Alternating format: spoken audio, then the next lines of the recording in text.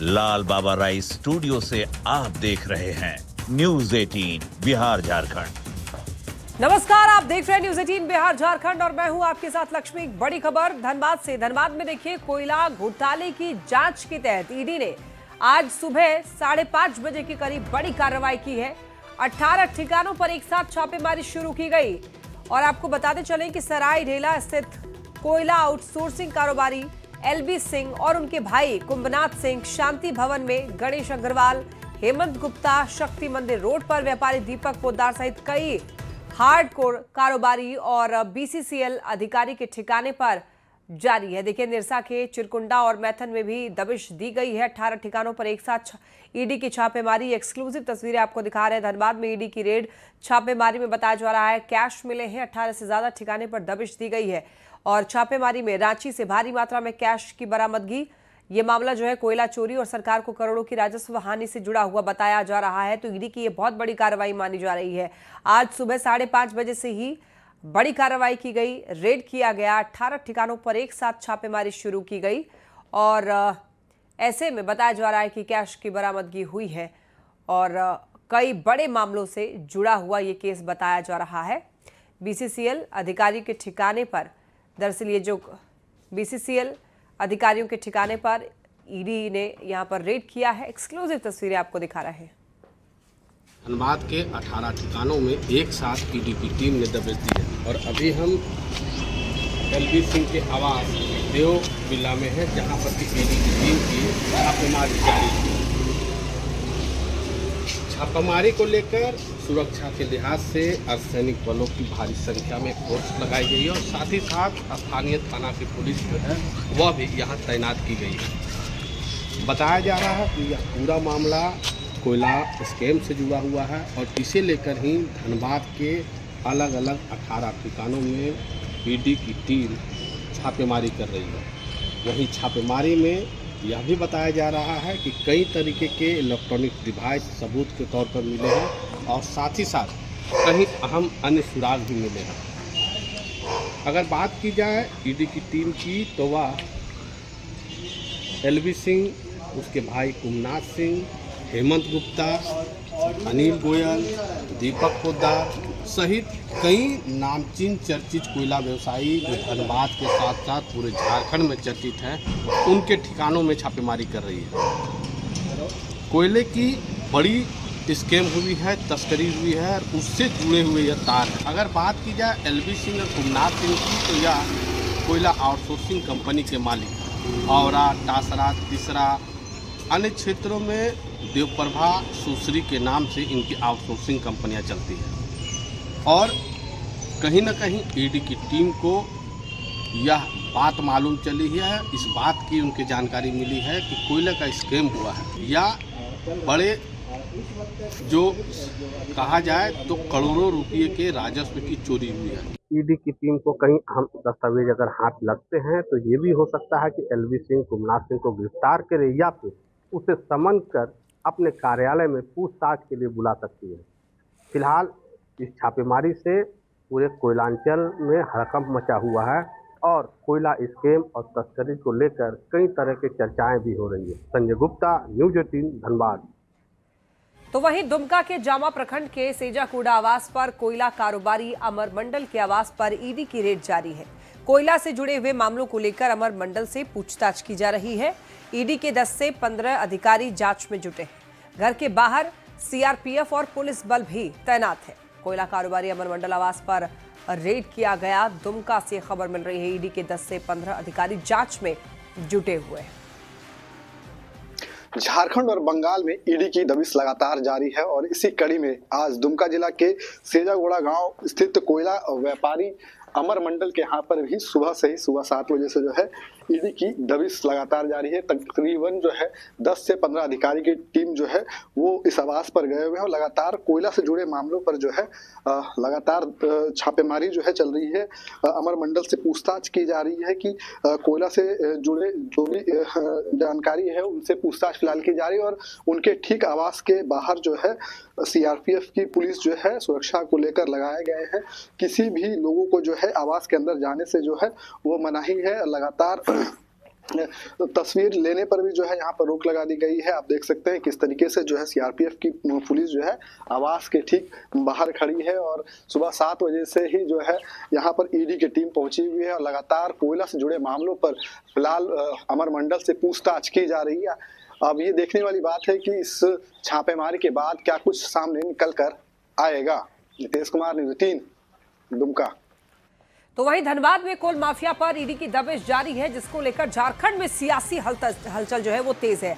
BJP ने इसे लेकर राज्य सरकार पर हमला बोला है। कहा है कि कोयला चोरी को लेकर संगठित आपराधिक गिरोह काम कर रहे हैं। तो वहीं जेएमएम ने इसे जांच के बाद खुलासे की बात कही है।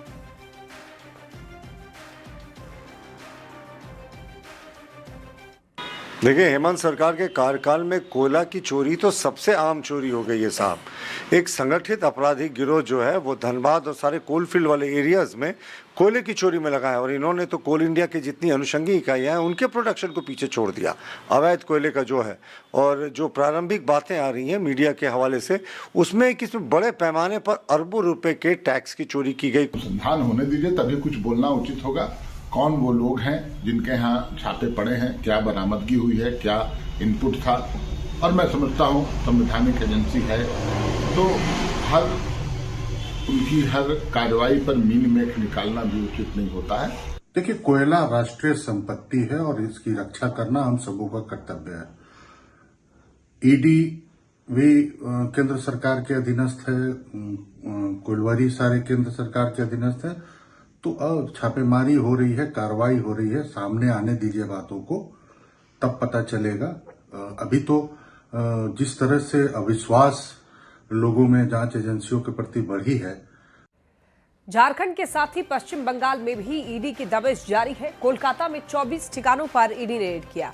कोलकाता में रेड के दौरान ईडी को कैश और गहने मिले हैं। बंगाल के दुर्गापुर, पुरुलिया, हावड़ा समेत कई जगहों पर रेड किया गया।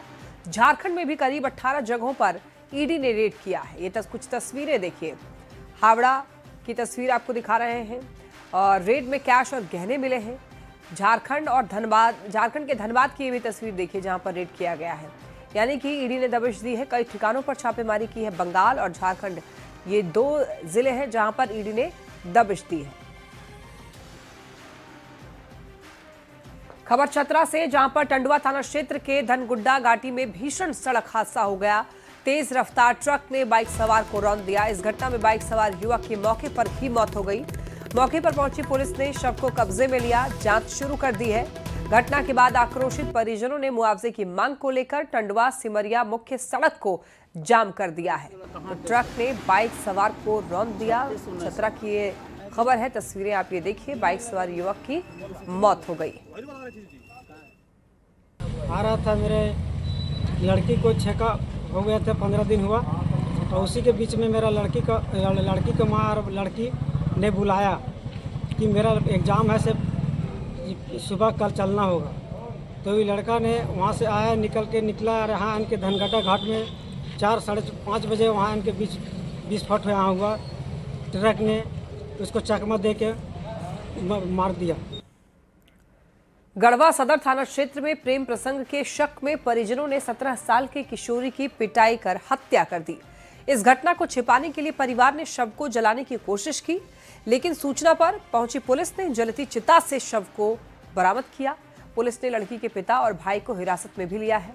एसडीपीओ ने इसे जघन्य मामला बताया है और हत्या और साक्ष्य नष्ट करने की धाराओं में कार्रवाई की पुष्टि की है।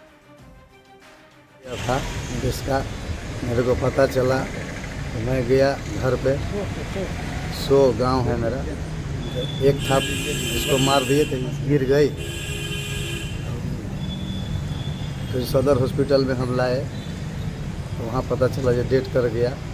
इसके बाद मैं गांव में गया, गांव वाला आदमी मेरे को बोला जे तुम जाओ जला दो, नहीं तो पोस्टमार्टम चीर फाड़ हो जाए। 100 गांव से एक सूचना प्राप्त हुई थी कि एक नाबालिग लड़की है, उसको जलाया जा रहा है। उसकी मृत्यु संदेहास्पद स्थिति में हुई है। इस सूचना पर जो है वो पुलिस भेजा गया था। वहाँ से सभी लोग जो जलाने के लिए गए थे उन लोगों के साथ डेड बॉडी को भी लाया गया है। नाबालिग लड़की है, पूछताछ किया जा रहा है। ठीक। झारखंड सरकार की सरकार आपके द्वार कार्यक्रम का शुभारंभ आज से हो चुका है। राज्य भर में अलग अलग जगहों पर सरकार जो है आपके द्वार कार्यक्रम के तहत कैंप लगाए जा रहे हैं, जहां पर आम जनता को योजनाओं का लाभ दिलाया जा रहा है। रांची शहरी क्षेत्र में भी इन कैंप में लोगों की भीड़ देखने को मिल रही है। रांची के निगम क्षेत्र में भी इन कैंप पर लोगों की भीड़ देखने को मिल रही है। और फिर से आपकी योजना, आपकी सरकार, आपके द्वार कार्यक्रम का शुभारंभ जो है वो आज से हो गया है। राजधानी रांची में भी 2 जगह पर कैंप लगाए गए।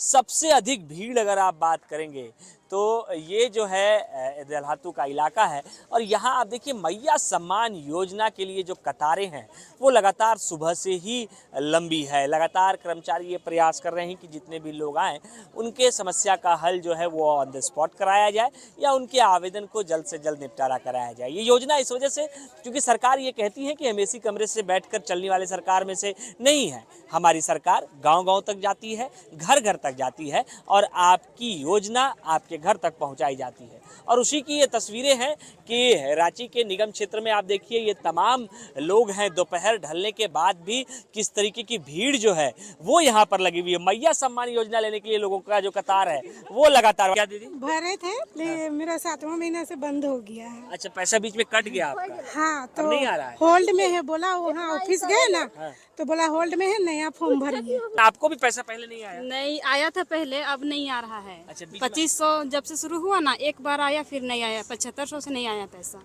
नहीं भरे थे। हाँ, नहीं आया। नहीं। कितने दिन पहले भरे थे? आप कितने दिन पहले? हम पहली बार भर रहे हैं। आप पहली बार? हाँ। मिलेगा मैया योजना का पैसा? मिलेगा, पता नहीं, अब देखिए मिलता है कि नहीं मिलता। हम लोग को भरना है, भर ले रहे हैं। जिन लोगों को जो लाभुक हैं उन्हें पैसे नहीं मिलते हैं, लेकिन कई ऐसे लोग हैं जो गलत तरीके से नाम चढ़वाते हैं, उन्हें पेमेंट आता है। दूसरी ओर आप देखिएगा कि जो प्रधानमंत्री आवास के लिए कतारें हैं वो भी आपको यहाँ देखने को मिलेगी। मैया सम्मान योजना, प्रधानमंत्री आवास योजना और इसके साथ साथ कुछ और जो योजनाएं हैं जिसमें से कि राशन कार्ड में नाम चढ़ाने की योजना, इन तमाम जगहों पर जो लोगों की भीड़ है वो सबसे अधिक आपको देखने को मिलेगी। प्रयास ये है कि ऑन द स्पॉट तमाम समस्या का हल कराया जाए। नगर निगम की पूरी टीम ये प्रयास कर रही है कि लोगों को उनके योजनाओं को उन्हें बताया जाए और इसके साथ साथ उसका लाभ भी दिलाया जाए। जो लोग यहाँ पर प्रधानमंत्री आवास योजना के लिए पहुँच रहे हैं उनके कागज को जो है वो कलेक्ट किया जा रहा है और उसके बाद तमाम छानबीन के बाद उन्हें योजनाओं का लाभ दिलाया जाएगा। लेकिन मैया सम्मान योजना के लाभुक जो है वो कहते हैं कि कई ऐसे लाभुक हैं जिन्हें पैसे पहले तो मिल रहे थे, लेकिन अब सरकार ने बीच में कुछ महीने से बंद कर दिया है। उम्मीद है कि एक बार फिर से जब वो फॉर्म भरेंगे तो फिर उन्हें इस योजना का लाभ मिल पाएगा। गौरव झा, न्यूज़ 18, रांची। झारखंड रक्षा शक्ति विश्वविद्यालय अपनी स्थापना के 9 वर्षों बाद एक ऐतिहासिक क्षण की ओर बढ़ रहा है। 2016 में स्थापित विश्वविद्यालय का पहला दीक्षांत समारोह आयोजित किया जा रहा है। इस समारोह में विश्वविद्यालय के forensic science, cyber security, security management जैसे लगभग 20 पाठ्यक्रमों के छात्रों को डिग्री प्रदान की गई। कुल 673 विद्यार्थियों को सम्मानित किया गया। राज्यपाल ने इस मौके पर उच्च शिक्षा की हालत में सुधार पर जोर दिया। रक्षा राज्य मंत्री संजय सेठ ने जामताड़ा मॉड्यूल को टैलेंट बताने को लेकर झारखंड सरकार के मंत्री पर निशाना साधा है।